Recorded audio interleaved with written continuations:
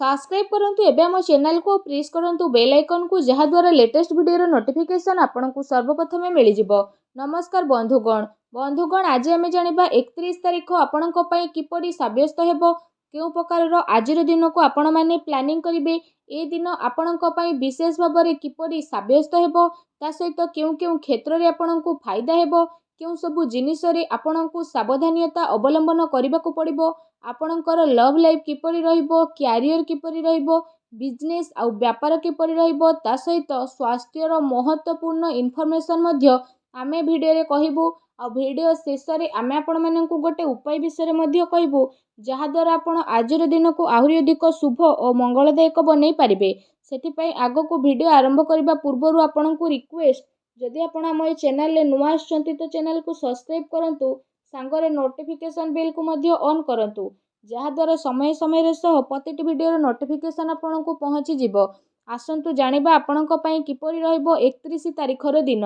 जदि आमे सबुठारु प्रथमे कहिबा कि कोन आज आपणक पई पॉजिटिव रहिबा पई जाउछि जदि आमे विशेष भाबरे कहिबु तो फ्रेंड्स आज सामाजिक मान सम्मान प्रतिष्ठा प्राप्ति हेबार पूरा संभावना बनुअछि। सेथि पई निजर प्रयास रे आपण भल सफलता प्राप्त करिबारे कामयाबी नजर आसीबे ता सहित आपण गोटे सुलझेबा प्रकृतिर व्यक्ति अटंती सब प्रकार कार्य को आपण समय अनुसार करिबारे प्रयत्न रहिबे सेथि पई आपणकु सफलता बहुत भल धरणर प्राप्त मध्य होई जिवो।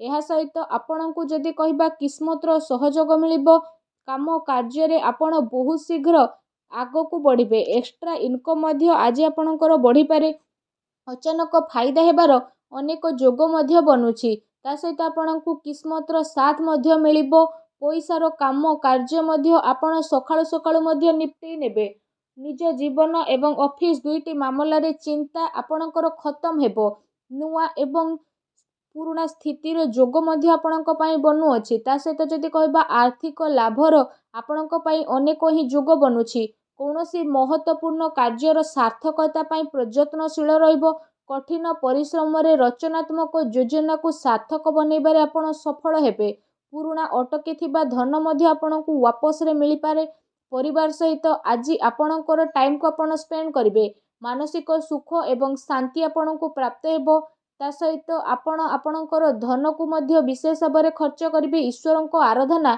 आपणकर मन को शांति मध्य प्रदान करिवो आपणकर उत्तम प्रदर्शन आपणकर प्रतिद्वंदीଙ୍କ पई मौका रे चौका देबा स्थिति रखिबो कार्यस्थल रे आपणकु अपार सफलता मध्य प्राप्त हेबो चाहे ताहा पदोन्नति हेउ किंबा मान सम्मान हेउ व्यवसाय करुथुबा जातक माने किछि नुआ काम आरंभ करि पारंती ता सहित ए दिन रे आपण आपणकर सर्वश्रेष्ठ देबाकू ट्राई करिवे एवं जहार परिणाम आपणकु सकारात्मक रूप रे मिलिबो कौनसी नुआ जगह बुलिबार मौका मध्य आपणकु मिली पारे जो कारण पई आपणकु नुकसान रो स्थिति मध्य आसी पारे परिवार सहित कौनसी धार्मिक स्थल रे आपण विशेष भाबरे जाई मध्य पारंती ए समय रे आपणक पक्ष रे प्रकृति एवं जदि कहिबा आपणकु जोश एवं कौनसी माहौल रो स्थिति मनुछि नुआ उपलब्धिर माहौल देखा देबो पारिवारिक सामंजस्य आउ तार देखभाल करिबारे आपणकर महत्वपूर्ण योगदान रहिबो ए दिन रे आपणकु कौनसी सुख समाचार अवश्य मिलिबो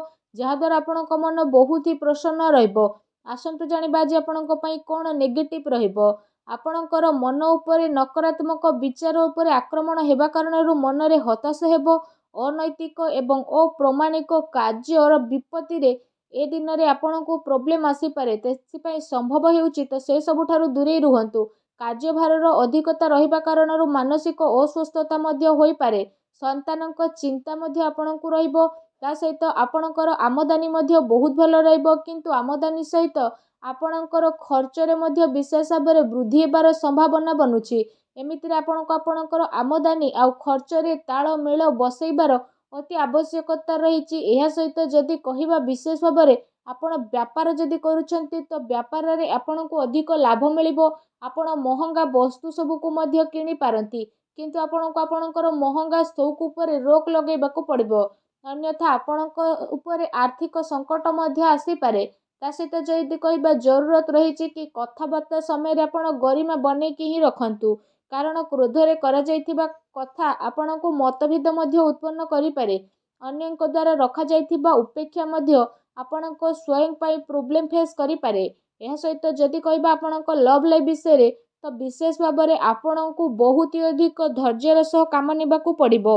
ପ୍ରତ୍ୟେକଟି ପାଦ ଆପଣଙ୍କୁ ଭାବି ଚିନ୍ତିକି ଆଗକୁ ବଢ଼େଇବାକୁ ପଡ଼ିବ। ତେବେ ଯାଇ ଆପଣ ଗୋଟେ ସୁଖମୟ ଦାମ୍ପତ୍ୟ ଜୀବନର ଆନନ୍ଦ ଉଠେଇବାରେ ସକ୍ଷମ ନଜର ଆସିବେ। ତା ସହିତ ଜୀବନ ସାଥୀଙ୍କର ଲାଭ ମିଳିବ। ଲଭ୍ ଲାଇଫ୍ ମାମଲାରେ ଆପଣଙ୍କୁ ସଫଳତା ମଧ୍ୟ ବିଶେଷ ଭାବରେ ପ୍ରାପ୍ତ ହେବ।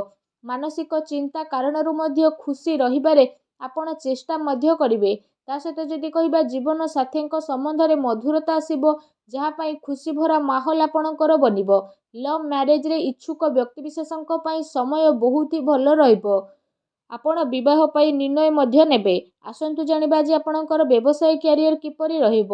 ଫ୍ରେଣ୍ଡସ୍, ଆଜିର ଦିନ ଆପଣଙ୍କ ପାଇଁ ବହୁତ ହି ଭଲ ଦିନ ରହିବ। କାରବାର ଆପଣଙ୍କର ବହୁତ ଭଲରେ ଚାଲିବ ଏବଂ ଧନ ଲାଭର ସ୍ଥିତି ମଧ୍ୟ ବନୁଛି। କିନ୍ତୁ କାର୍ଯ୍ୟଭାରର ଯେହେତୁ ଅଧିକତା ରହିବ, ଦିନ ଆପଣଙ୍କର ଦୌଡ଼ା ଦୌଡ଼ିରେ କଟିବ। ଯଦି ଆପଣ ଚାକିରି କରୁଛନ୍ତି, ଆଉ କୌଣସି ପ୍ରକାରର ନିବେଶର ଯୋଜନା ଆପଣ ବନାଉଛନ୍ତି, ତ ସେସବୁରେ ଆପଣଙ୍କୁ ଅବଶ୍ୟ ହିଁ ସଫଳତା ପ୍ରାପ୍ତ ହେବ ଏବଂ ସମୟ ଅନୁସାରେ ଆପଣଙ୍କୁ ନିବେଶ କରିବାକୁ ମଧ୍ୟ ପଡ଼ିପାରେ, ଯାହା ଆପଣଙ୍କ ପାଇଁ ଅବଶ୍ୟ ହିଁ ଲାଭଦାୟକ ସିଦ୍ଧ ହେବ। ତା ସହିତ ଆଜି ଆପଣଙ୍କର ନୂଆ ଲୋକଙ୍କ ସହ ସମ୍ପର୍କ ବନିବ। ମନୋରଞ୍ଜନର କେତେ ସାରା ଅବସର ମଧ୍ୟ ଆପଣଙ୍କୁ ମିଳିଯିବ, ଯାହା ପାଇଁ ଜୀବନରେ ଖୁସିର ମାହୋଲ ରହିବ। ପରିବାର ସହ ଭଲ ଟାଇମ୍କୁ ଆପଣ ସ୍ପେଣ୍ଡ ମଧ୍ୟ କରିନେବେ। ତା ସହିତ ମହତ୍ତ୍ୱପୂର୍ଣ୍ଣ ସହଯୋଗ ମଧ୍ୟ ଆପଣଙ୍କୁ ମିଳିଯିବ। ବିଜ୍ଞାନ ଏବଂ ଟେକ୍ନୋଲୋଜି କ୍ଷେତ୍ରରେ ଜଡ଼ିତ ବ୍ୟକ୍ତିବିଶେଷଙ୍କୁ ସଫଳତା ପାଇଁ ଅଧିକ ପ୍ରୟାସ କରିବାକୁ ପଡ଼ିବ। ସଫଳତା ପାଇଁ ଅଧିକ ପରିଶ୍ରମ କରିବାର ବିଶେଷ ଆବଶ୍ୟକତା ରହିଛି। ଷ୍ଟୁଡେଣ୍ଟସ୍ଙ୍କ ପାଇଁ ସମୟ ଏ ଦିନରେ କାଫି ଭଲ ରହିବ। ଆସନ୍ତୁ ଜାଣିବା ଏ ଦିନରେ ଆପଣଙ୍କର ସ୍ୱାସ୍ଥ୍ୟ କିପରି ରହିବ। ଯଦି କହିବା ଆଜି କୌଣସି ଭାଇରାଲ ପ୍ରୋବ୍ଲେମ୍ ଆପଣଙ୍କୁ ଦେଖିପାରେ, ସେଥିପାଇଁ ନିଜ ସ୍ୱାସ୍ଥ୍ୟ ଉପରେ ଆପଣଙ୍କୁ ବିଶେଷ ଭାବରେ ଧ୍ୟାନ ରଖିବାର ଅତି ଆବଶ୍ୟକତା ରହିଛି। ଆପଣ ଆପଣଙ୍କର ଖାଦ୍ୟପାନ ଉପରେ ବିଶେଷ ଧ୍ୟାନ ରଖନ୍ତୁ। ନିଜ ଦିନଚର୍ଯ୍ୟାକୁ ଆପଣ ସୁଚାରୁ ରୂପରେ ଠିକ୍ ବନେଇକି ରଖନ୍ତୁ। ଏହା ସହିତ ନିଜ ସ୍ୱାସ୍ଥ୍ୟକୁ ଆହୁରି ଅଧିକ ଭଲ ରଖିବା ପାଇଁ ଆପଣ ପ୍ରତ୍ୟେକ ଦିନ ଯୋଗ କରନ୍ତୁ, ବ୍ୟାୟାମ କରନ୍ତୁ ଏବଂ ସୁସ୍ଥ ରୁହନ୍ତୁ।